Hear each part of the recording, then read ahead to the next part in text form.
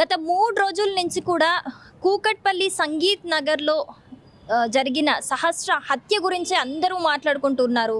అసలు అంత 12 ఏళ్ల చిన్న పాపని అంత అతి కిరాతకంగా చంపే అవసరం ఎవరికుంది? అసలు అన్నిసార్లు ఒక 20 కత్తిపోట్లు కనిపిస్తున్నాయి. సో అన్నిసార్లు పొడిచి ఎవరు చంపారు, అంత అవసరం ఎవరికుంది అనే ఇలాంటి కొన్ని ప్రశ్నలే ఉత్పన్నమవుతున్నాయి అందరి మధ్యలో కూడా. సో ప్రజెంట్ మనం ఇప్పుడు కుకట్పల్లి సంగీత్ నగర్లోని హత్య జరిగిన ఇంటి ముందుండి మాట్లాడుతున్నాము. సో చూడొచ్చు, ఇదే సహస్ర వాళ్ళ ఇల్లు. అక్కడ ఇల్లు చూడొచ్చు, అది 3rd ఫ్లోర్లో ఉన్న పెంట్ హౌస్. ఇదే బిల్డింగ్ హత్య జరిగింది.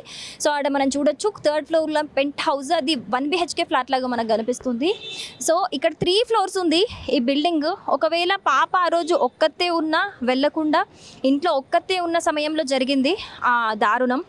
సో ఒకవేళ అన్నిసార్లు కత్తిపోట్లు పొడుస్తున్నా ఎవరికి, ఒకవేళ నిజంగా పాప అరిచినా కూడా ఎవరికి వినిపించదు. ఒకవేళ వినిపిస్తే ఈ పక్కన ఆనుకొని ఉన్న బిల్డింగ్స్కి వినిపించే అవకాశం ఉంది తప్పితే కింద అయితే ఎవరికి వినిపించదు. ఎందుకంటే ఇక్కడ మనం క్లియర్గా చూడొచ్చు, ఇక్కడ అంతా రోడ్ ఏరియా ఉంది, చాలా వెహికల్స్ ఇక్కడ వెళ్తూ ఉన్నాయి. సో ఈ వెహికల్ సౌండ్స్కి కావచ్చు, అండ్ మొత్తం ఇది పెంట్ హౌస్ మొత్తం పైన ఉండటం వల్ల కూడా కావచ్చు, గట్టిగా అరిచినా కూడా ఎవరికి వినపడని ఒక ఎన్విరాన్మెంట్ మనకి ఇక్కడ కనిపిస్తుంది.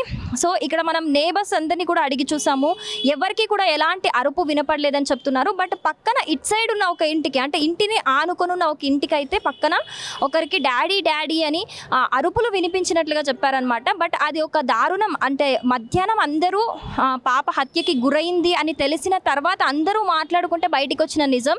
సో ఒక బాబుకి వినిపించిందట, ఆ పాప డాడీ అని అరుస్తున్నట్టు వినిపించిందట ఒక పాప గొంతుతోని. అది సహస్ర అరిచిందా, ఎవరు అరిచిరో తెలియదు, కానీ అలాంటి ఒక గట్టిగా కేకలు వినిపించాయట ఇక్కడ పక్కన బిల్డింగ్లో.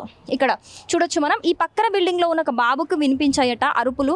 సో బయటికి వచ్చి చూస్తే తప్పితే అక్కడ ఎవ్వరు కనిపించలేదు, ఏం లేదని చెప్పేసి వాళ్ళు లైట్ తీసుకున్నారు. కానీ ఆ అరుపులు వినిపించిన మధ్యాహ్నమే ఇలా హత్య జరిగినట్లుగా వాళ్ళకి తెలిసిందని ఇక్కడ నేబర్స్ చెబుతున్నారు.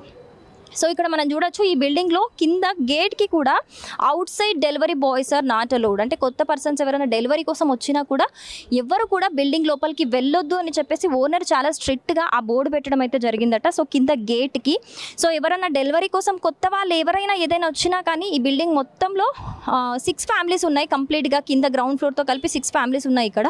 సో వాళ్ళు ఎవరైనా సరే ఏదైనా డెలివరీ వచ్చినా, ఫుడ్ వచ్చినా, ఏది వచ్చినా కిందికి వచ్చే తీసుకోవాలి తప్పితే కొత్త వాళ్ళు ఎవరు పైనకి వెళ్ళొద్దు అనే ఒక రూల్ కూడా ఉంది ఈ బిల్డింగ్కి. సో మనం ఇక్కడ చూడొచ్చు. అండ్ ఏదైతే చెబుతున్నారో సంజీవ్ రావుని అనుమానితుడిగా తీసుకొని విచారిస్తున్నారు పోలీసులు అని చెప్పేసి, ఆ సంజీవ్ రావు ఫ్యామిలీ అనేది ఇక్కడ 2nd ఫ్లోర్లో ఈ ఇంటిగా మనం చూడొచ్చు. ఏదైతే బ్లూ కలర్ కర్టెన్ ఉందో ఆ కర్టెన్ ఇంట్లో సంజీవరావు ఫ్యామిలీ ఉంటారు. సో అతన్ని ఒక అనుమానితుడిగా మాత్రమే పోలీసులు తీసుకొని విచారిస్తూ ఉన్నారు. మరి ఏంటి అంటే ఇన్వెస్టిగేట్ చేసిన తర్వాతనే తెలుస్తుంది ఎవరు చేశారు ఇలా అని చెప్పేసి. సో ఇక్కడ మనం చూసుకోవచ్చు, ఇది కార్నర్లో ఉన్న బిల్డింగ్లో ఈ దారుణం జరిగింది. సో ఈ సరౌండింగ్స్లో అయితే ఎక్కడ సీసీటీవీ ఫుటేజ్ అనేది లేదు. సో అక్కడ 2nd బిల్డింగ్ అంటే కొంచెం క్రాస్లో అక్కడ ఉన్న బిల్డింగ్కి ఒక సీసీటీవీ ఫుటేజ్ మనకు కనిపిస్తుంది అక్కడ, కానీ అది వర్క్ అవ్వట్లేదు, ఓన్లీ ప్రెజెంట్ మాత్రమే రికార్డ్ అవుతుంది, దానికి ఫుటేజ్ అంటే కంప్లీట్ బ్యాకప్ ఉండదని చెప్తున్నారు. సో లాస్ట్ బిల్డింగ్ అక్కడ మనకి ఏదైతే కరెంట్ పోల్ కమాన్ కనిపిస్తుందో అక్కడ ఒక సీసీటీవీ ఫుటేజ్ ఉంది. సో అది ఇక్కడ గల్లీ ఎండ్ వరకు కనిపిస్తుంది. అంటే ఎవరైనా కొత్త వాళ్ళు వచ్చినా కూడా ఆ రోజు తెలిసే ఛాన్సెస్ దాంట్లో రికార్డ్ అయి ఉంటాయి. సో దానికి సంబంధించిన సీసీటీవీ ఫుటేజ్ తీసుకొని పోలీసులు ఇప్పుడు ఇన్వెస్టిగేట్ చేస్తున్నట్టుగా కనిపిస్తోంది. సో ఈ విషయం తెలిసినాక కూడా నేబర్స్ అందరూ కూడా ఒకసారి చెక్ చేశారట, ఆ రోజు ఎవరైనా కొత్త వాళ్ళు వచ్చారా, ఎవరైనా పైకి వెళ్ళారా అని చెప్పేసి కూడా ఇక్కడ నేబర్స్ అందరూ కూడా చెక్ చేశారట. కానీ ఎవ్వరు కూడా కొత్త వాళ్ళు ఈ బిల్డింగ్ దాటి పైకి ఎక్కినట్లు కూడా కనిపించట్లేదు. ఒకవేళ కొత్త వాళ్ళు పైకి వచ్చినా కూడా మనకి ఈ బిల్డింగ్ అయితే లిఫ్ట్ లేదు, కింద కంప్లీట్గా కింది నుంచి పైన దాకా 3 ఫ్లోర్లు మెట్లెక్కుకుంటూనే వెళ్ళాలి. మెట్లెక్కుకుంటూ వెళ్ళి మరి అంత అతి కిరాతకంగా హత్య చేసి పారిపోయేంత ఎవరికుంటుంది, అంత అవసరం ఎవరికుంటుంది అనేదే ఇప్పుడు నిజంగా అదే కోణంలో కూడా ఇప్పుడు పోలీసులు ఇన్వెస్టిగేట్ చేస్తున్నారు. సో మనం ఇప్పుడు చూడొచ్చు, అక్కడ ఆ ఇంట్లో చూడొచ్చు మనము, నిజంగా ఒకవేళ పాప అరిచినా కూడా అక్కడ ఎవరికి వినిపించదు కింద, ఎందుకంటే కింద కంప్లీట్ ట్రాఫిక్ సౌండ్స్ ఎక్కువగా వినిపిస్తున్నాయి. సో పాప కూడా ఒక్కతే ఉండడం వల్ల కూడా, అంటే ఒకవేళ అరిచినా కూడా ఎవరికి వినిపించదు, అలాంటి ఒక ఎన్విరాన్మెంట్ మనకి ఇక్కడ అయితే కనిపిస్తుంది. సో దీనికి సంబంధించి పోస్ట్ మార్టం రిపోర్ట్ అనేది కూడా ఈ కేసులో చాలా కీలకంగా మారుతుంది.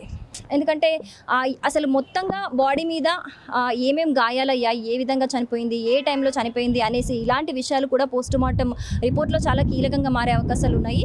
సో మొత్తంగా అయితే ఆ పాప ఒంటి మీద 20 కత్తిగాట్లు ఉన్నాయి. సో దానికి వాడిన ఒక కత్తి కూడా చాలా చిన్నదై ఉంటుంది, షార్ప్ ఉంటుంది, చాలా చిన్నదై ఉంటుందని చెప్పేసి కూడా పోలీసులు అనుమానం వ్యక్తం చేస్తున్నారు. ఎందుకంటే ఘాట్లన్నీ చిన్న చిన్నగా కనిపిస్తున్నాయి ఆ కత్తి ఘాట్లన్నీ.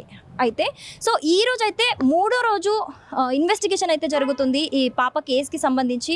మొత్తం పోలీసులు కూడా ఒక 5 బృందాలుగా ఏర్పడి కూడా చాలా దృష్టి కేంద్రీకరించి మరి దీని గురించి ఇన్వెస్టిగేట్ చేస్తున్నారు. కాసేపటి క్రితమే SOT పోలీసులు వచ్చి కూడా ఇక్కడ ఉన్న ఈ బిల్డింగ్లో ఉన్న వాళ్ళందరినీ కూడా ఇన్వెస్టిగేట్ చేసి అసలు పాప మార్నింగ్ ఏ టైంకి పాప కనిపించింది, ఎవరికైనా కనిపించిందా, ఆ రోజు ఎక్కడికి వెళ్ళింది, ఏంటి అనే డీటెయిల్స్ అన్నీ కూడా మీరెక్కడున్నారు, ఎవరైనా కొత్త వాళ్ళు వచ్చారా, ఇలాంటి క్వశ్చన్స్ అన్నీ కూడా అడిగి తెలుసుకుంటున్నారు. సో మొత్తంగా అయితే 12 ఏళ్ల బాలిక సహస్ర హత్య కేసుకి సంబంధించి అయితే ఈరోజు 3వ రోజు ఇన్వెస్టిగేషన్ పూర్తి చేస్తూ ఉన్నారు పోలీసులు. సో ప్రస్తుత పరిస్థితి అయితే ఇక్కడ ఈరోజు చాలా గందరగోళ పరిస్థితి కనిపిస్తూ ఉంది. ఎందుకంటే పోలీసులు కావచ్చు లేకపోతే అందరూ కావచ్చు అక్కడ అడిగి ఇక్కడ విచారణ చేస్తున్నారు, కింద అందరినీ నేబర్స్ని అడుగుతున్నారు. సో నేబర్స్ కూడా మాకు ఎవరు కొత్త వాళ్ళు అయితే కనిపించలేదు, మాకు కూడా ఏం తెలియదు, ఎవరైనా అంటే పోలీసులు ఇన్వెస్టిగేషన్ చెప్తే తప్పితే మాకు కూడా ఎవరు చేశారు, ఎందుకు చేశారు అనేది కూడా మాకు ఎవరి మీద అనుమానం లేదు అని అయితే ఇప్పటికీ ఇక్కడ ఉన్న నేబర్స్ అయితే చెబుతున్నారు. కెమెరామ్యాన్ నగేష్తో శిరీష, సుమన్ టీవీ, కూకట్పల్లి నుంచి. సుమన్ టీవీలో మీ పర్సనల్ అండ్ బిజినెస్ ప్రమోషన్స్ కోసం కింది నెంబర్కి కాంటాక్ట్ చేయండి. డ్రగ్స్, గంజాయి లాంటి చెడు వ్యసనాలకు దూరంగా ఉండండి. తాత్కాలిక ఆనందం కోసం జీవితాలని నాశనం చేసుకోవద్దు. డ్రగ్స్ విక్రయాలు, దందాలు నిర్వహిస్తే 180059969969 టోల్ ఫ్రీ నంబర్ కి కాల్ చేయండి. డ్రగ్స్, గంజాయిని నిర్మూలిద్దాం, భవిష్యత్తును కాపాడదాం.